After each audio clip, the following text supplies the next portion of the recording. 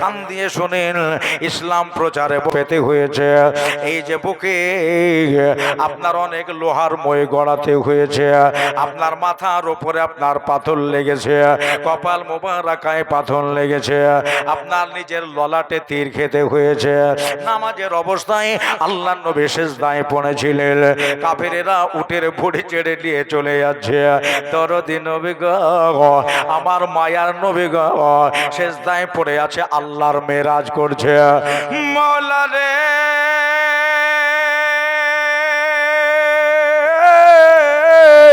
আমি তোমার মেরাজ করতেছি আল্লাহ।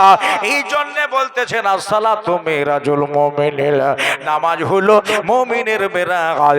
আল্লাহ রাসূল সাল্লাল্লাহু আলাইহি সাল্লাম নামাজ পড়ছেন, আপনার উটের ভুঁড়ি তুলে নিয়ে এসে আবার দরদে নবীর উপরে চাপিয়ে দিল। ভুঁড়িতে ঢেকে গেছে, ভুঁড়িতে যখন ঢেকে গেল বাবা, আল্লাহ নবী তলায় পড়ে রয়েছে। এই ভুঁড়ি নামাইতে কিছু কিছু আসে যেতেন, মাঝে মাঝে মা ফাতেমা তো জাহরা যেতেন। কেন না, যখন নিঃশ্বাস বন্ধ হয়ে যাওয়ার উপযুক্ত, কেউ যদি খবর দিল মা ফাতেমাকে নেকাব পরে নিয়ে আপনার কাপড়া পরিধান করে নিয়ে বোরখার ভিতরে ঢুকে মা গিয়ে নিজের বাবার শরীর থেকে উটের হাওদা নামিয়ে আও করে কেঁদে ফেলতেন। নবী আবার বলতেন, ফাতেমা আরো যে কষ্ট কষ্ট আছে আল্লাহ ভালো জানে। ফাতেমা চলো বাড়ি চলো। ফাতেমা জাহরাকে নিয়ে বাড়ি আসতেন।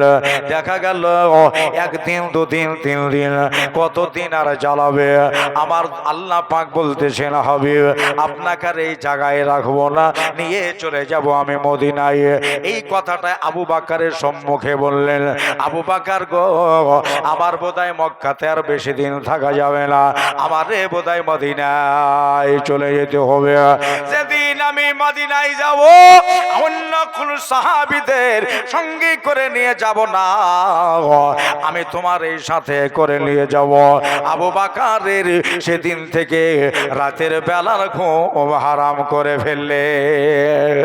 আল্লাহ রসুল টাইম দেয়নি, আমার কাছে টেবিল দেয়নি, রাতে যাবে না আমার মায়ার নবী দিয়ে যাবে। আমার দাদারা, আমার ভাইরা, আল্লাহ নবীর দিকে মুখ তাকায় তাকিয়ে থাকে। রাতে বেলাতে দরওয়াজা বন্ধ করে দেয়, দরওয়াজা বন্ধ করে দিয়ে একটা পাল্লা আলগা করে দিয়া ঈশান নামাজের পরে হাজিরাতে আবু বকর সিদ্দিক আমার জানে নবীর জানেগার দরজায় দাঁড়িয়ে নবীর ইন্তজার করতেন। বড় জ্বালা যন্ত্রণা তারা দিল আল্লাহর নবীর উপরে। ওই কুফারে মক্কা তারা অনেক আপনার অসুবিধে ঢেলে দিল। আল্লাহর হাবিব বললেন, আমাকে এই দুনিয়ায় ইয়া দেশে আর থাকা যাবে না। এই দেখেন হিজরতের রাত, আল্লাহর নবীর উপরে ওহী হলো। জিবরিল যা বলে দিয়াই নবীকে আজকেই চলে যেতে হবে সোনার মদিনায়। মক্কা থেকে মদিনার দিকে রওনা হলেন। আলী মুর্তজাকে নিজের বিছানায় ঘুমিয়ে আবু বকরকে সঙ্গে করে নিয়ে চলে গেলেন মদিনা। সাহাবায়ে কেরামদের আগেই বলেছিলেন, আমি যখন চলে যাব তোমরাও মদিনায় চলে এসো। কিছু কিছু সাহাবায়ে কেরাম আগেই মদিনায় চলে গেছিলেন। নবী বলেছিলেন, যাও তোমরা এগোতে থাকো। এটাই মাদারের জন্য বুয়ার দ্বিতীয় খণ্ডে আল্লামা আব্দুল হক মুহাদ্দিস দেহলভী রহমাতুল্লাহ আলাইহি তিনি বয়ান করেছেন, কিছু সাহাবা ওনারা চলে গেছিলেন মওলা আলীর হাতে। আল্লাহর নবী রাতের বেলা একটা ছোট্ট চিরকুট ধরালেন। আলী গো, ও আমার জামাত আলী, এই চিরকুটে যা লেখা আছে, এই দেখো টাকাগুলো নাও আর চিরকুটটা ধরে নাও। যার নাম লেখা আছে আর ডাহিন দিকে অ্যামাউন্ট লেখা আছে, কে ক টাকা আমার কাছে পাবে। সকাল বেলায় ধার কর্জগুলো মিটিয়ে দিয়া তুমি মদিনায় চলে এসো। আলী মুর্তজা নিজের বিছানায় শুয়ে গেলেন। আল্লাহর নবীর বিছানায় শুয়ে যাওয়ার পরে আল্লাহর নবী বেরিয়ে গেলেন, মদিনায় পৌঁছালেন। আর খুঁজে খুঁজে না পেয়ে এবার তারা ফিরে এলো, নিরাশ হয়ে গেল। আল্লাহর নবীকে না পেয়ে তারা আপনার মন খারাপ করে ফিরে ফিরে এলেন। কানে শোর থেকে আমার রহমতের নবী মায়ার নবী মদিনা শরীফের নিচে নামলেন।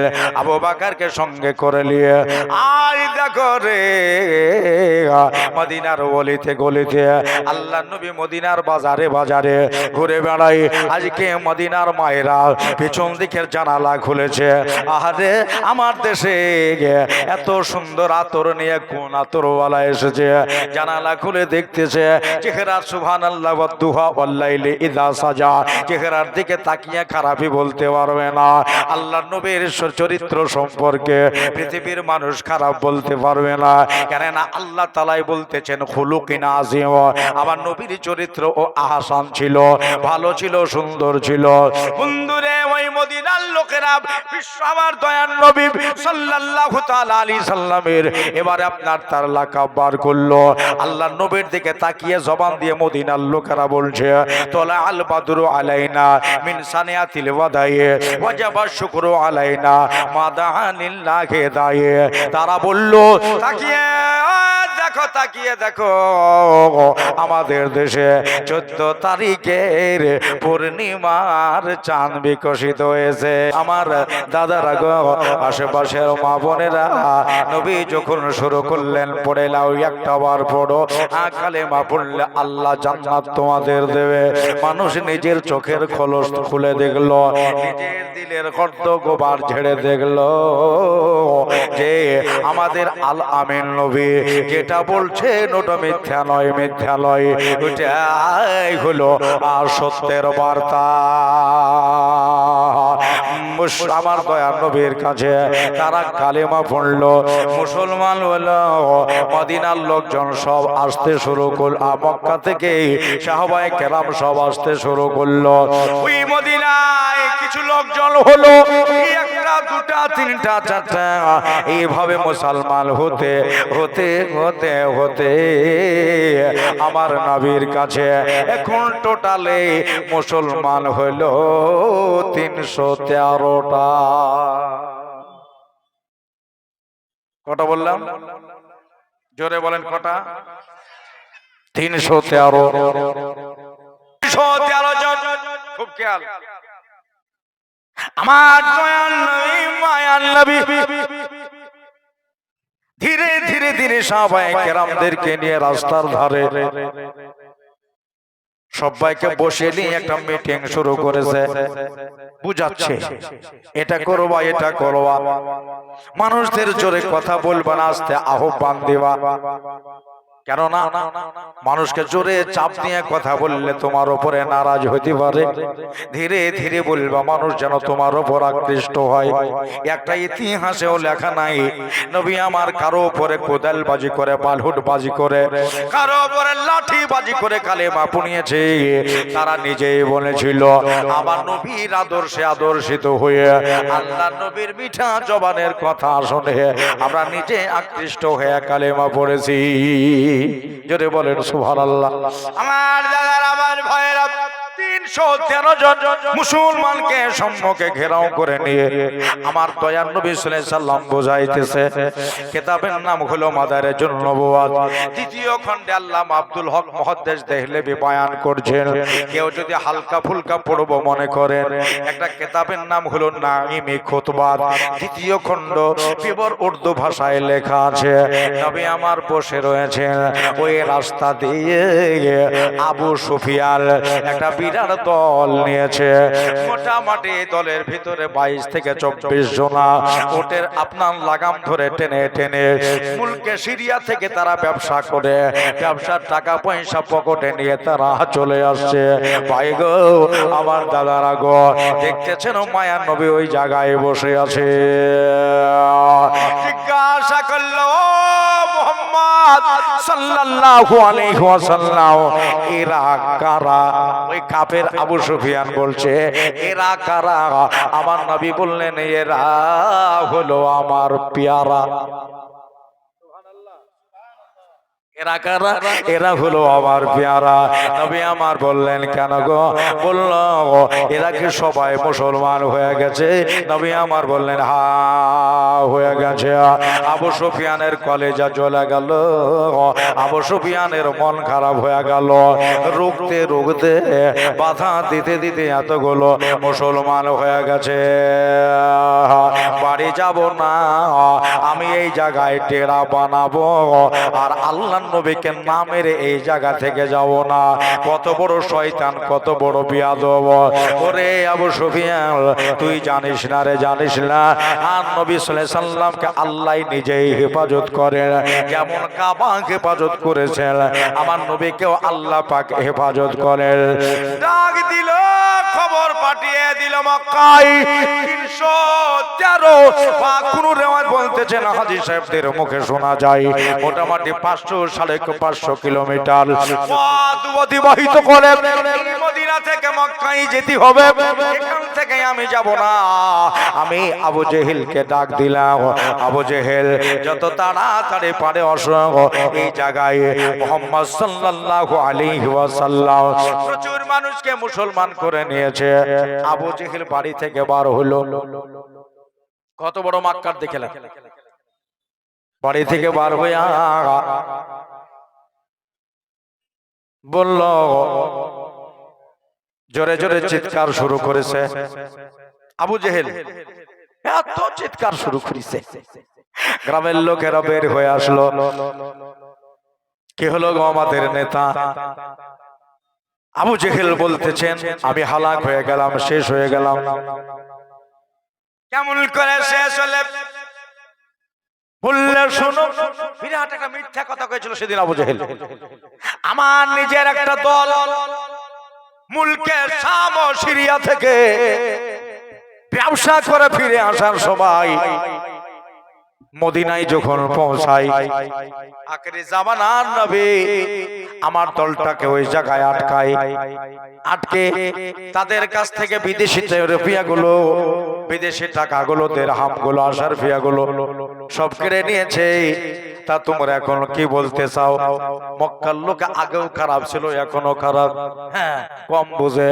বন্ধুরে আমার ভাইরা, ভালো আছে, ভালো না থাকলে তো দুনিয়া চলবে না। আগেও যেমন শয়তান ছিল, ভালো ছিল, এখনো শয়তানও আছে, ভালো আছে।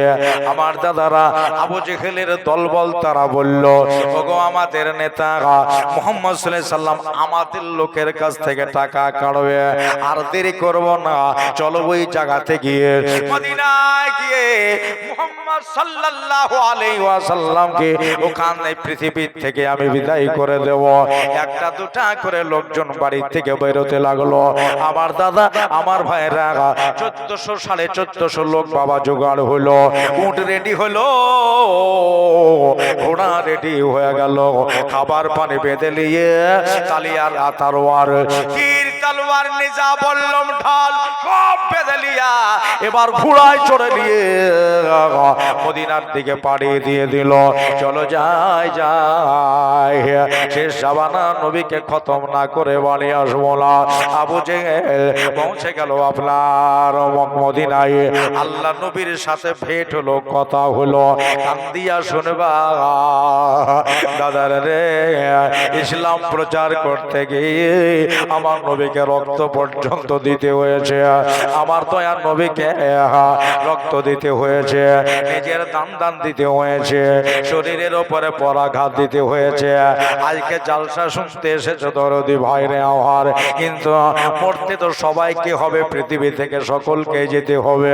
বলল আবু জেহেল বলতেছেন, ওহে মুহাম্মদ সাল্লাল্লাহু আলাইহি সাল্লাম, এখানেও তুমি কালেমার প্রচার শুরু করেছো। আল্লাহর নবী বলেন, ও চাচা, চাচা গো, চাচা একটা কথা শোনো, মক্কা থেকে আমি নিজের মাতৃভূমি ছেড়ে চলে এসেছি, নিজের বাবার দেশকে ছেড়ে চলে এসেছি, আমার পিছা তোমরা এখানেও ছাড়ো নাই। বলে চাচা একটাই কথা বলতে চাই, যদি আমার এখানে এসে আমাকে ধমকি দাও, আমার সাহাবারা ছেড়ে দিবে না। জোরে বলেন, ছেড়ে দেবে না। এই জন্য আমি বলতে এটাই চাই, যদি আমাকে মেরে ফেলতে চাও আমার সাহাবীদের রুখতে হবে, আর আমার সাহাবীদের রুখতে গেলে একটা জিহাদের ময়দান লাগবে। জিহাদের ময়দান লাগবে। এই জন্য ভয়ের আমার বন্ধুরা, মায়ার নবী আমার বললেন একটা জিহাদের ময়দান দেখো, যে জায়গায় গিয়ে তোমার সাথে আসুদা করে লড়াই করতে পারি। এই জন্য আমি যাব ইসলাম বাঁচাবার জন্য, তুমি এসেছো ইসলাম গিরাবার জন্য। আমরা হলাম রহমানওয়ালা আর তোমরা হইলা শয়তানওয়ালা, আমরা হলাম হক জালালাতওয়ালা আর তোমরা হইলা জুলম জালালাতওয়ালা। নবীর দল হক সাদাকাতওয়ালা, ওরা হলো জুলম জালালাতওয়ালা। এই জন্য দেরি না করে বলো একটা ভালো জায়গা দেখো, যে জায়গায় তোমার সাথে জিহাদ করতে পারি। যদি জান দিতে হয় দেব, রক্ত দিতে হয় দেব, লেকিন দাঁড়িয়ে থেকে আমি ইসলামকে মিটে যেতে দেব না, গিরে যেতে দেব না। একটু আওয়াজ দিয়ে বলেন না সুবহানাল্লাহ। আর একটু জোরে বলতে হবে সুবহানাল্লাহ। আমার দাদা, আমার ভাই, আমার দাদা একটা কথা শোনেন, আল্লাহর রাসূল যখন বলেছেন না, তা আবু জেহেল খিলখিল করে হেসে দিয়েছে, মানে ও ভাবছে কিছুই ভাবছে না। ওগো আমাদের ভাতিজা, আমার সাথে 1450, তোমার সাথে 313।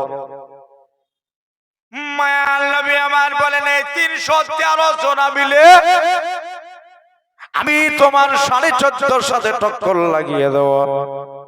এই জন্য আমার দলের সাথে খোদ রহমান আছে।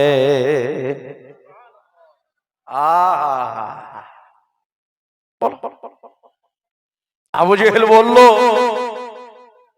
আচ্ছা ঠিক আছে, তাহলে একটা জায়গা আমি দেখলাম, তোমার এই শখ যখন বলে, আমার শখ নয় তোমার শখ, কোথায় যেতে হবে? বলে তাহলে আসো সম্মুখে বদরের মাঠ, এখান তুমি যেখানে দাঁড়িয়ে আছো এখান থেকে মোটামুটি 80 মাইল দূরে বদরের মাঠ, যাবে না? আল্লাহর নবী বলেন না আমি যাব। বলো কোন মাসে যেতে হবে? আবু জেহেল বলল মুসলমানরা তো রোজার মাসে রোজা করে, কি বলছেন, আর সারাদিন কিছু খায় না, পেটে যখন কিছু থাকবে না তখন তারা আমাদের কাছে হেরে যাবে। এই জন্য আবু জেহেল ভেবে চিন্তে এদিক ওদিক গুনে গেটে একবারে চকলেট ভরভরি সব খেয়েই তারপরে মনে করে বলল যে রমজান শরীফে তোমার সাথে জিহাদের ঘোষণা থাকলো। নবী আমার বললেন আমি রমজান শরীফে জিহাদের জন্য প্রস্তুত। সুবহানাল্লাহ বলেন। বলো কোন দিন যেতে হবে, কোন তারিখে? আবু জেহেল বলল যারা রোজা করে 1 বছর পর প্রথম দিন যদি আমি জিহাদের ঘোষণা করি না, তো মুসলমানদের পেটে 1 বছরের আরশা থাকবে, 1 বছরের খাবারের প্রতিক্রিয়া থাকবে, ঠিক কিনা? এই শক্তিটা থাকবে। তা না করে একবারে 14-15 দিন আগে এই দিন মিডিল করে যদি দিই না, তো 3-4 দিন 5 দিন 10 দিন পরে আস্তে আস্তে শরীর ঢাল হয়ে যায়। লেকিন রোজদারের চেহারাতে নেখার পয়দা হয়। একবার জোরে বলেন সুবহানাল্লাহ। উজ্জ্বলতা আসে রোজার মাসে রোজা করলে, কিন্তু পেট শুকিয়ে যায়, শরীর শুকিয়ে যায়। এটা সঠিক বললো। বল কয় তারিখে যাওয়া লাগবে? আবু জেহেল বলল রোজার মাসের 17 তারিখে আমি তোমাকে ডেট দিলাম। আল্লাহর নবী বলেন 17 তারিখেই যাও। জোরে বলে দেন একবার, আওয়াজ দিয়ে বলতে হবে সুবহানাল্লাহ। সেদিন কিন্তু বারে বারে শুক্রবার পড়বে। ভাইরা আমার মা বোনেরা গো, সব ডেট ক্লিয়ার হয়ে গেল। আবু জেহেল দেখলো সামনেই তো রোজার চাঁদ উঠবে, 1450 মানুষ আমি সঙ্গে পেয়েছি, এরা কেউ আবার দেখে পাবো কে পাবো না, এই জন্য এদেরকে সঙ্গে করে নিয়ে গিয়ে বদরের মাঠে বসে থাকবো। এরা যখন যাবে এদেরকে মেরে ফাঁসা হাসিল করে আমরা ঢোল বাজনা বাজাতে বাজাতে মক্কার দিকে আমরা রওনা হয়ে যাব। সব চলে গেল একবারে বদরের মাঠে। কুফারে মক্কা বদরে বসে গেল, নিজে ছিড়া গেল। আমার হাবিবুল্লাহ সাল্লাল্লাহু আলাইহি সাল্লাম রমজান শরীফ পড়লো 1 তারিখ 2 তারিখ 3 তারিখ 1 2 3 তারিখের বেলায় আমার ভাইরা রে আমার দাদারা রে নবী আমার বললেন রোজার মাসের 12 তারিখে আমি সাহাবায়ে কেরামদের ডাক দিলাম 12 তারিখে সকাল বেলায় যারা যারা জিহাদের ময়দানে যেতে চাইবা তারা আমার সঙ্গে আমার বাড়িতে লাইন দিবা। জোরে বলে দেন সুবহানাল্লাহ। সাহাবারা দেখলো নবীর সাথে যাব না তো কার সাথে যাব নাকি বলছেন তাকান দুনিয়ার ভিতরে আমার নবীর মতো দুনিয়াতে আল্লাহ কাকেই বা সৃষ্টি করেছে এত সুন্দর। কোন নবীকে বলে নাই রহমাতাল লিল আলামিন, কিন্তু আমার আল্লাহ বলেছেন হাবিব আপনাকে আমি রহমাতাল লিল আলামিন টাইটেল দিয়েছি। বন্ধুরে বন্ধুরে আমার ভাইরা রে একটা দুটা করতে করতে 313 জন সাহাবী আমার নবীজির দরবারে রেসালাতে সাফাবন্দি করলেন, লাইন দিয়ে দিল। খুব খেয়াল করে শুনবেন আওয়াজটা আমার বন্ধুরে আমার ভাইরা রে আমার বলল আমার বাড়িতে একবারে সবাই সাফাবন্দি হয়ে গেল। নবী দেখলেন সাহাবী দেখলেন এবার সাহাবীর বিবিরাকে দেখেন প্রত্যেকের বিবিগুলো বাড়ির থেকে বার হয়ে বলতেছেন শুনলে এক অপরকে আলিঙ্গন করে বলছে শুনলো আমার প্রাণপণকে আমার স্বামীকে আজকে নবী পাকের সঙ্গে জঙ্গে বদরের মাঠে পাঠিয়ে দিলাম। এবার যদি আমার স্বামী ওখান থেকে ঘুরে আসে নাম হবে গাজী সাহেব, আমার স্বামীকে কেউ যদি কতল করে দেয় রে নাম হবে শহীদ। শহীদ ব্যক্তি বিনা হিসাবে জান্নাত পাবে, আল্লাহ তাআলা আমাকেও তার বিবি হিসাবে জান্নাত দিয়ে দিতে পারে। আর একজনা বলতে যে তাহলে আমারও স্বামী পাঠিয়েছে আমাকে আল্লাহ জান্নাত দিবে। সবার মুখে একটাই কথা আমার জান্নাত হবে আমার হবে, আমার স্বামী পাঠিয়েছে আমার পাঠিয়েছে। কিতাবের ভিতরে লেখা আছে এই কথাটা কিন্তু বুখারী শরীফে রয়েছে। বন্ধুরে আমার ভাইরা রে ওই দলের ভিতরে একটা অন্য মেয়ে দাঁড়িয়ে আছে, এই মেয়েটার নাম হলো আফারা, এর স্বামীর নাম হলো হারেস। হারেসের বিবি আফারা দাঁড়িয়ে রয়েছে, এর স্বামী দুনিয়ায় বেঁচে নাই, দুনিয়া ছেড়ে বিদায় হয়ে চলে গেছে। দুইটা ছেলে, একটার বয়স হলো 9 বছর আর একটার বয়স হলো 10 বছর। একটার নাম মুআজ, একটার নাম হলো মাউজ। আফারা বলল আজকে যদি আমার স্বামী দুনিয়ায় থাকতো আল্লাহ নবীর সাথে পাঠাতাম, আমার নবীজির একটা সৈন্য বেড়ে যেত, একটা লাঠি হাতে করে আমার স্বামী যেত জঙ্গে বদরের মাঠে। মা বললেন তোদের কাছ থেকে আমি বেরিয়ে চলে গেলাম, গিয়ে চললে তোমরাই জান্নাত লেওয়ালে করো। আমি বাড়ির দিকে চলে গেলাম, বাড়ি গিয়ে বারান্দায় বসে ওই আফারা আল্লাহর সাথে কথা বলছে, বিড়বিড় করে আমার মৌলার সাথে কথা বলতেছেন। আল্লাহ গো আজ পর্যন্ত যদি আমার স্বামীরে বাঁচিয়ে রাখতে আল্লাহ আমার স্বামীকে তোমার হাবিবের সঙ্গে আমি জঙ্গে বদরের মাঠে পাঠিয়ে দিতে। স্বামী নাই আমি কারে পাঠাবো কারে পাঠাবো? মেয়ে মানুষ কাঁদতে শুরু করলো, আবার কেঁদে যায় কেঁদে যায় কেঁদে যায়। দুইটা ছেলে কাছে চলে আসলো, মুআজ বলতেছেন মা কান্দো কেন? মাউজ বলতেছেন মা তুমি কান্দো কেন? বললো বাবা তোদেরকে বলে লাভ হবে না, যা তোরা বাইরে যা খেলাধুলা করগা। বললো মা যদি আমাদের বলে লাভ হয়েই যাই, যদি একবার সুবহানাল্লাহ বলেন তো। ছেলে দেখেছো মেলা ছেলে দেখেছো, কিন্তু ওই ছেলের মতো কতটা দেখেছো? বললো মা গো যদি লাভ হয়ে যায় কেন তুমি বলবা না? আমার দাদারা বলল বাবা ওইটা বাইরের সঙ্গে একবার গিয়ে সবারের স্বামী আছে, তাই স্বামীকে পাঠিয়েছে জঙ্গে বদরের মাঠে। হ্যাঁ, আমার তো স্বামী নাই, তাই তোমার বাপ নাই, বাপ থাকলে তো আমি পাঠাতাম। এই জন্য চোখের পানি ঝরিয়ে কাঁদছে রে বাবা, নবীর সাথে পাঠাবার মতো দুনিয়াতে লোক নাই।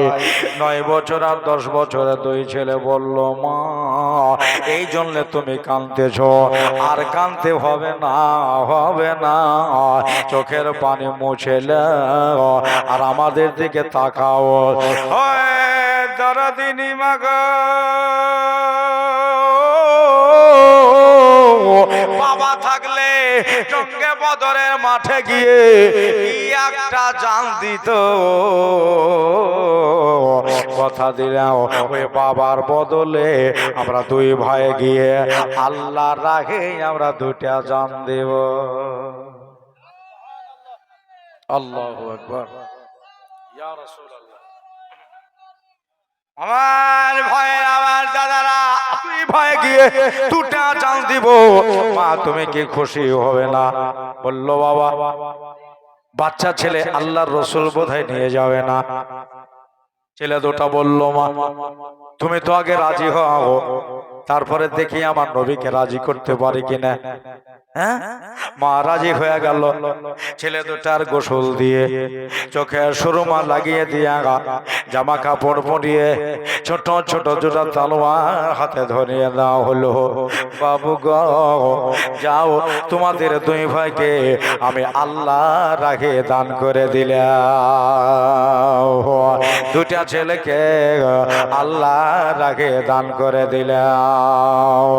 ছেলে 2টা চলতে লাগলো, মার কদমে সালাম দিয়ে বলল, মা আমাদের জন্য দোয়া করবে, সহি সালামতে হাসতে হাসতে যেন আল্লাহ রাখে আমরা জান দিতে পারি।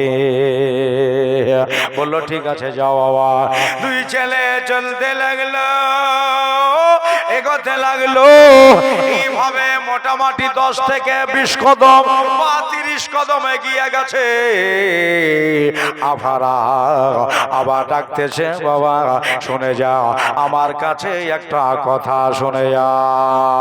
ছেলে 2টো পুনরায় ফিরে এসে বলতেছেন, মা তুমি কি জানো না যে দান করা জিনিসের ওপরে আর লোভ করতে নাই। জোরে আওয়াজ দিয়ে বলেন একবার। মারে বুঝাইতেছে 2 ছেলে যে দান করা জিনিসের ওপরে আর লোভ করতে নাই। তুমি না বললা তোদের 2 ভাইকে আল্লাহ রাখে আমি দান করলাম, আবার ঘুরিয়ে কেন ডাকলাম? মা বলতেছেন, বাবু রে এই জন্য ডাকলাম, আমার বাড়ি ফাঁকা হয়ে গেল, আমার বাড়ি খালি হয়ে গেল, আজ থেকে আমার বাড়িতে কাকে বা ডাকবো, এই জন্য তোদের ডাকলাম। যাওয়ার টাইমে শেষবারের মতো তোর মার বুকে একবার লেগে যা, জননীর বুকে লেগে যা রে। 2 ছেলেকে বুকের সাথে ধরে ছেড়ে দেওয়ার পরে বলল, বাবা এবার একটা কান দিয়ে কথা শোন, তোরা এবার চলে যান নবীর কাছে, কিন্তু আমার বাড়ি কোনোদিন আর ঘুরে আসবি না। 2টা ছেলে বলল, মা এই কথাই তুমি যখন বললা, নবী যদি নিয়ে যায় ভালো, আর যদি না নিয়ে যায় মদিনার গলিতে গলিতে গলিতে কেন্দ্রে বেড়াবো, তাই বলে তোমাকে কাঁদাতে আসবো না। আমার ভাইরা এবার মাকে সালাম দিয়ে যেতে শুরু করলেন। একবারে নূরের নবীর দরবারে হাজির। আসসালামু আলাইকা ইয়া রাসূলুল্লাহ, আসসালামু আলাইকা ইয়া হাবিবাল্লাহ। আল্লাহর নবী জবাব দিলেন। জবাব দেওয়ার পরে বাচ্চা 2টাকে বসিয়ে নিলেন। বাবুরে বাচ্চারে এখানে বসে যাও। ছেলে 2টা বসে যাওয়ার পরে বললেন, ইয়া রাসূলুল্লাহ, ইয়া হাবিবাল্লাহ, আপনার দরবারে এসেছে দয়ার নবী গো। নবী বলেন, বাবা আমি উঠবো মনোভাব নিয়েছি, জঙ্গে বদরের মাঠে যেতে হবে, কোনো মাসলা নেবার জন্য।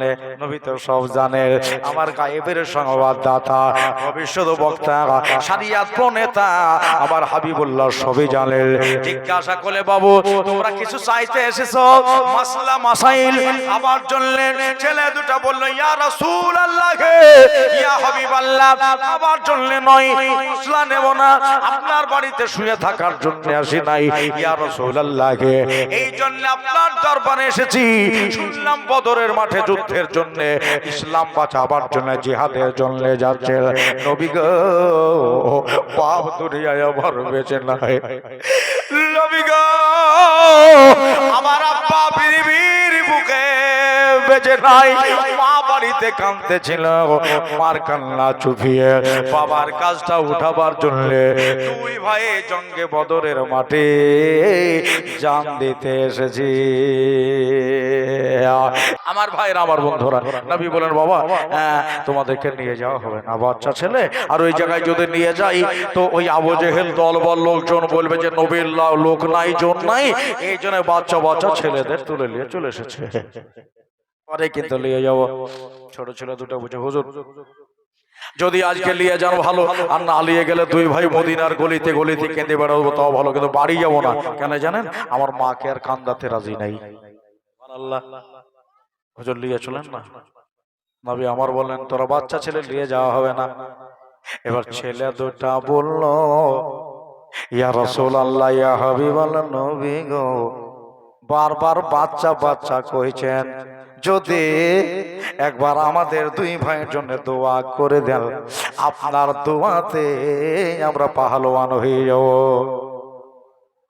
বাচ্চা ছেলে কথা শুনছে? বন্ধুরে ভয়েরা রে, একবার আমার মায়ার নবীর দোয়া যদি আমরা পাই তাহলে আমরা পাহলওয়ান হয়ে যাব। আল্লাহর নবী বলেন বাদশ বাইরে যাও, যা বাইরে যাও, দুই ছেলের এখন লাভ ধরা হবে। সুবহানাল্লাহ বলেন, বলেন না সুবহানাল্লাহ। দুই ছেলের নাম ধরা হবে, যদি না পে হয়ে যাও নিয়ে যাবো, আর যদি না পে না হও তাহলে তোমাদের নিয়ে যাবো না। ছেলে দুটা মনে একটা বিরাট আশা নিয়ে বাইরে বার হয়ে চলে আসলে। বড়টার নাম ধরা হলো, যেমনি নাম ধরা সঙ্গে সঙ্গে না পে হয়ে গেল। একবার জোরে বলবে না সুবহানাল্লাহ। না পে হয়ে গেল,